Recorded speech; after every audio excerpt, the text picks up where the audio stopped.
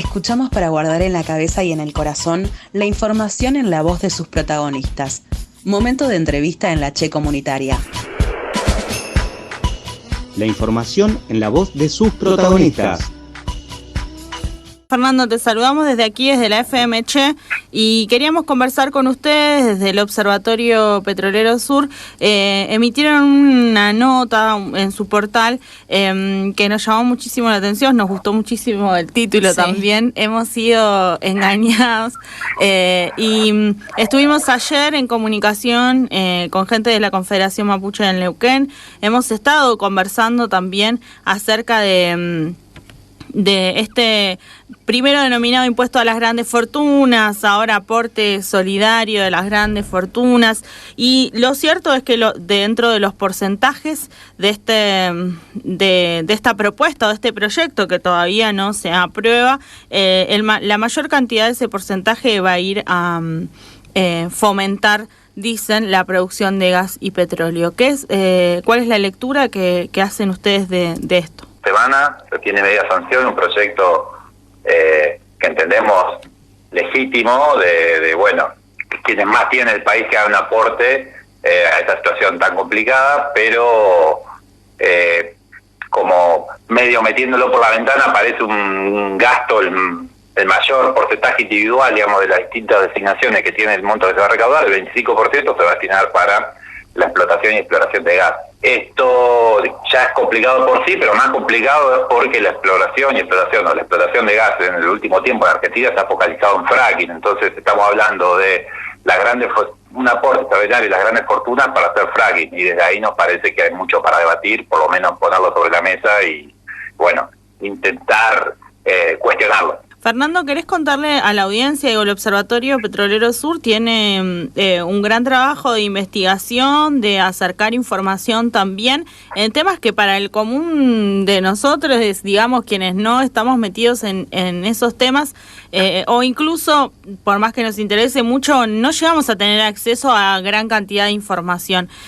¿Cuál es el trabajo que ustedes vienen realizando? ¿Cuáles son los aportes que desde el observatorio se vienen haciendo? Y sobre todo, ¿cuáles son las observaciones a estas formas de explotación de lo que el Estado, los estados denominan recursos y que terminan afectando de manera directa la vida de comunidades mapuches, pero también de toda la población en la provincia? Buena parte de la explotación hidrocarburífera no convencional, esta que se hace con fracking, está río Neuquén arriba, entonces por lo menos toda la cuenca hacia abajo se puede ver afectada, se ve afectada, y la explotación convencional se expande más a lo largo de toda la provincia, ¿no? Nosotros venimos intentando cuestionar desde hace muchos años, un poco siguiendo cosas que hemos aprendido desde el pueblo mapuche, la matriz hidrocarburífera y energética del país desde la mirada socioambiental. El 90%, casi el 90% de la energía argentina proviene de la quema de combustibles fósiles, de crudo, de petróleo y de gas, digamos. El 50% de lo que hay prendido en la radio es fruto de que estamos quemando gas. Es una exageración, no es así, pero digamos, más del 50% de la energía en Argentina proviene del gas. Y eso es un problema en tanto en cuanto... cambio climático por medio, que es un tema más bien nuevo, pero tanto en cuanto buena parte de los territorios donde se explota quedan fuertemente afectados por el desmonte necesario, la utilización de agua, las perforaciones, el movimiento permanente de equipos y demás. Esto en la explotación convencional. En la explotación no convencional, en fracking, todo esto se profundiza mucho más y se generan nuevos conflictos como, más el agua que convencional, pero la arena, más deforestación, más perforaciones, la aparición más reciente de algo que se sabía desde hace muchos años, que es la vinculación del fracking con los sismos. Entonces, intentando meter en el debate energético nacional, el debate sobre los hidrocarburos, una arista socioambiental. Lo que nos pasó recientemente, o la vuelta que pudimos darle más recientemente, es que además empezamos a ver que económicamente tampoco es una salida buena, digamos. Publicó una información norteamericana la cantidad de empresas de fracking que cerraron estos últimos meses en Estados Unidos, la cuna, el boom de la cuna del fracking, digamos, y acá un poco nos está pasando eso, desde que arrancó la estación después de la estatización parcial de YPF, ¿se acuerdan? 2012, 2013, lo que viene haciendo el Estado Nacional es subvencionar en las gestiones kirchneristas, bueno, ahora con Fernández fuertemente, y durante el macrismo, además de la subvención, aumentó fuertemente las tarifas, digamos. Tiene un costo, un valor que hace muy difícil que se pueda sostener este tipo de explotación. Ahí nos metemos en un brete, digamos, porque necesitamos gas, pero es muy caro. Uh-huh. Bueno, el tema es que la necesidad de gas también se construyó, es una construcción de los últimos 20, 30 años de Argentina, donde dependemos prácticamente centralmente del gas o del crudo, y eso tenemos que creer nosotros, queremos creer que una política a mediano plazo tiene que tender a que disminuya esa representación del gas en la materia argentina. Básicamente que no sea el 50% de tu casa, que la energía de tu casa, de las luces que te prendían, que provengan de gas, digamos, para decirlo brutamente. Uh-huh. Y eso creemos que se puede hacer, no se hace un día para otro, no se hace un año para otro. Hoy los anuncios, tanto el plan gas como el de las grandes fortunas, tiene que ver con que haya gas el invierno que viene, digamos. Claro. Es muy en lo inmediato, y bueno, eso hay que resolver el problema energético, digo, no es menor que haya o no haya gas para la familia, para la industria, pero si la política ha venido haciendo que cada vez, lejos de salir o que haya un horizonte de salida o de alternativas, cada vez estamos más metidos en el problema, más nos vamos hundiendo más, digamos. Uh-huh.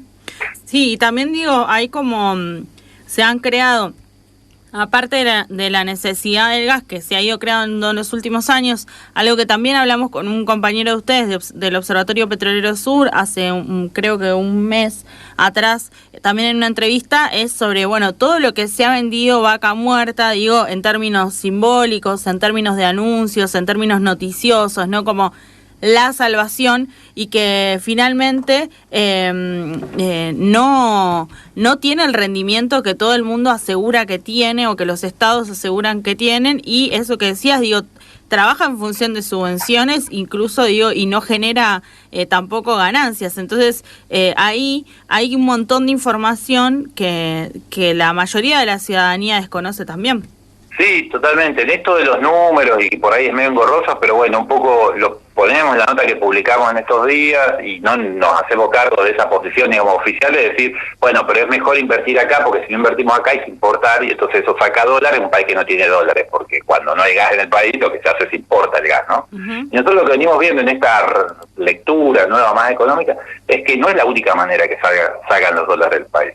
Lo que viene pasando es que dejás de importar gas porque producir un poco más gracias a los subsidios, corporaciones, las empresas, incluso YPF, por cómo es la cuestión de las finanzas, saca su guita afuera. Entonces vos no lo sacás importando gas, pero terminás sacando grandes cantidades de dinero, miles de millones de dólares, 2.000 millones de dólares se esperaba que salieran este año más de lo que entraban, por las cuentas financieras de las petroleras. Es decir, las inversiones que son préstamos del exterior a una petrolera. Hace la inversión, hace el pozo, saca de gas, qué sé yo, entonces no importa gas como país, pero después la guita que gana esa petrolera, subvencionada, se la lleva en dólares. Entonces los dólares también se van desde otro lugar, digamos, no solamente la importación de gas. Y eso hace que la balanza tan beneficiosa, digamos, de la que hace gala el gobierno, por ejemplo, en el proyecto de contribución a grandes fortunas, no sea tan redonda, digamos. Cuando metemos otras cuestiones de la balanza, ni hablar si metemos lo ambiental, ¿no? Pero incluso sacando lo ambiental o lo socioambiental o el daño ecosistémico, digamos. Cuando intentás hacer un balance lo más económico posible, también ahí no son tan claros los grandes beneficios, los grandes anuncios, la salvación, ni todo esto que hace 10 años o 8 años que nos vienen prometiendo. Sin dudas. Y un gobierno, digo, y a nivel provincial, el Movimiento Popular Neuquino, que se ha agarrado también hace muchísimos años, desde el 2010, 2011, 2012, en esa promesa que fue vaca muerta, después el pacto YPF-Cheverón, y finalmente, digo, sigue siendo tapa, porque la mayoría de los titulares noticiosos de la provincia son Gutiérrez hablando de vaca muerta. Digo, es un tema que sigue siendo o que sigue estando en la construcción simbólica de las noticias en esta provincia, y nosotros acá nos preguntamos todo el tiempo un poco más, ¿no? Cómo saber un poco más, que no sea solo eso que sale en los titulares, en una provincia que además está endeudada y que también es un tema del que no se habla. Bueno, yo diría que no es además que está endeudada. Estos procesos son se maneja así la economía de enclave en el mundo, digamos. Es una situación donde las actividades que dan rentabilidad tan alta, como puede ser la minería o el petróleo, lo que generan son regiones que dependen prácticamente exclusivamente de ellos, que además habilitan el endeudamiento público, por ejemplo, y bueno, eso genera que cuando hay un pequeño boom, una mejoría, una situación mejor, qué sé yo, mejora el precio del oro o del petróleo, o cambia el cambio del dólar peso, entonces bueno, se genera alguna inversión, se sobreendeudan las provincias. A mí me gusta hacer sobreendeudo de la provincia y después en los momentos de recesión, como ahora, hay que pagarlo, digamos, y no se sabe cómo hacer. Me gusta mucho una idea de Horacio Machado Ará, un sociólogo, politólogo, catamarqueño que estudia la megaminería, que dice, bueno, estos enclaves generan una riqueza superficial en los momentos de boom, básicamente que puedas cobrar un poquito más, que cambie el auto, que te compre un aire acondicionado o cuestiones de ese tipo, pero dejan una pobreza estructural porque desestructuran los mecanismos de más autónomos, no dependientes de la grande industria, de las grandes corporaciones, de las grandes financiaciones, de los pueblos para sobrevivir. Entonces, frente a pequeños momentos de boom que generan cierto bienestar superficial, se genera pobreza estructural permanente y sostenida, digamos, que es un poco, bueno, la deuda es una muestra de ello, pero de la situación catastrófica habitacional de la provincia, la incapacidad de generar, de subir el sueldo a los empleados públicos, a las empleadas públicas, y todos esos problemas hablan de una crisis de envergadura que bueno, por ahí algunos meses se maquilla con buenos resultados económicos de las empresas, crecimiento de la explotación y demás, pero que cada vez hace que se vaya generando una pobreza estructural, dice Machado Ará. Me parece que está bueno para pensarnos o para pensar la provincia. Sin duda. Fernando, no sé si ¿te gustaría agregar algo más a esto que venimos conversando? Nosotros tratamos en las mañanas de la Che Comunitaria ir abordando estos temas con compañeros que puedan aportarnos información, que nos hagan más fácil también el acceso a la información, no solo a nosotros, sino también a la audiencia de la Che Comunitaria aquí en Junín de los Andes.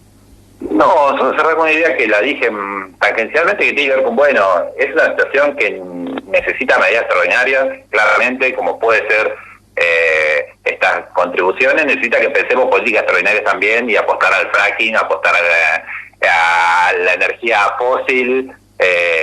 No viene siendo ese camino, está lejos pensar, o es muy difícil pensar sociedades más justas, mejores, si seguimos avanzando con la explotación de energías tan nocivas y tan depredadoras. Entonces, bueno, desde ahí nos parece que el mundo nos obliga, la pandemia nos obliga a pensar una relación distinta con la naturaleza y que tenemos que hacerlo, no hay mucha opción, y que esta política o que esta medida de la contribución de las grandes fortunas podría haber ido en ese camino, pero en buena parte de eso, en un cuarto de lo que se va a recaudar, va a ir hacia la política que conocemos, y nos parece que es muy problemático.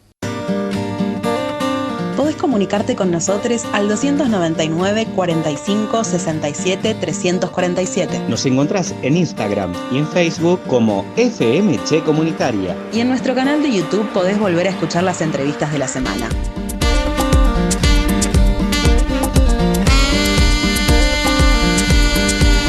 Hasta que anden informades, se nos haga costumbre.